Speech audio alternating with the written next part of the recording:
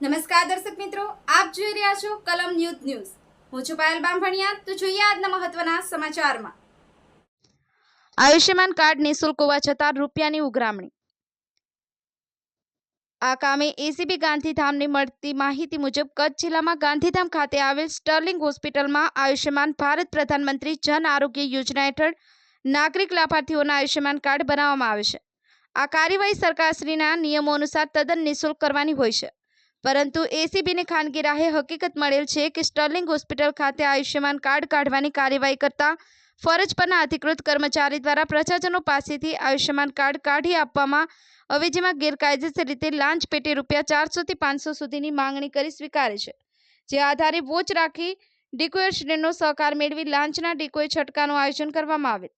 આ ડિકોય છટકા દરમિયાન આ કામના આરોપીએ આજરોજ ડિકોયરશ્રી સાથે હેતુલક્ષી વાતચીત કરી રૂપિયા 500 ગેરકાયદેસરની લાંચની માંગણી કરી સ્વીકારી પકડાઈ જઈ ગુનો કર્યો વગેરે બાબત। બ્યુરો રિપોર્ટ, કલમ ન્યૂઝ, રમેશ સત્યની સાથે।